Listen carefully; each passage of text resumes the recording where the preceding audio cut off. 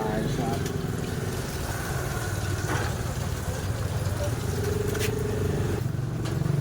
Bubukas na nga pala ako ng tire shop. At masama nga pala yung signal number 2 yan. Pero kahit ganun, kailangan natin kita. Kayod, piyag kayod.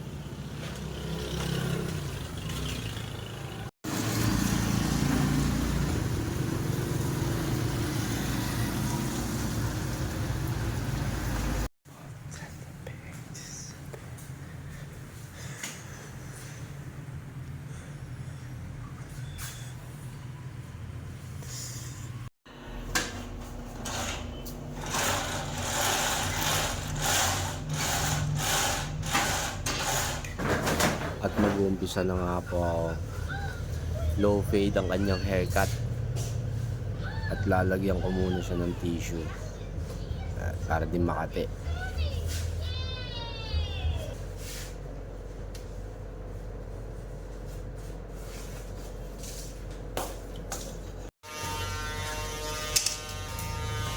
Number 1 clipper guard nga pala ang hinahanap kong pang guideline ko.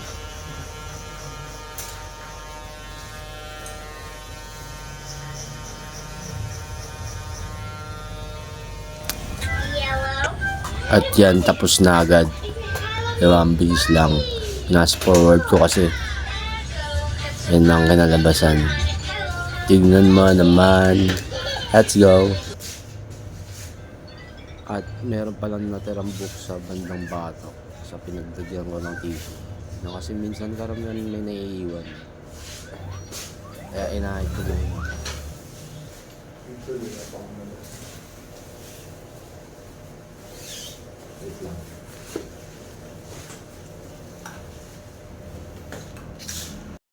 Ito na nga pala ang kinalabasan niya.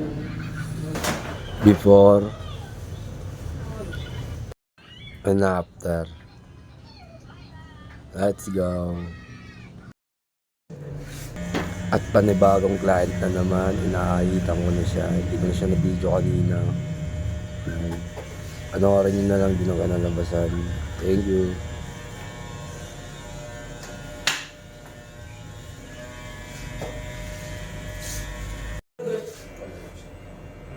Yan, ayusin ko nga pala yung bigote, tapos yung mga sumusobra para pag kumakain hindi naman nasasama. Bakasan ko lang siya ng kaunti.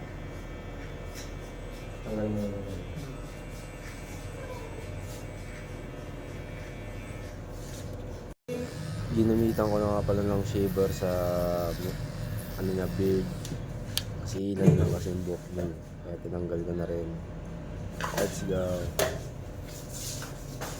At lalagyan ko naman pala siya ng hair wax. Yan, para maayos ang kanyang hairstyle. At malapit na din itong matapos. Tignan mo na lang hanggang sa matapos. Let's go.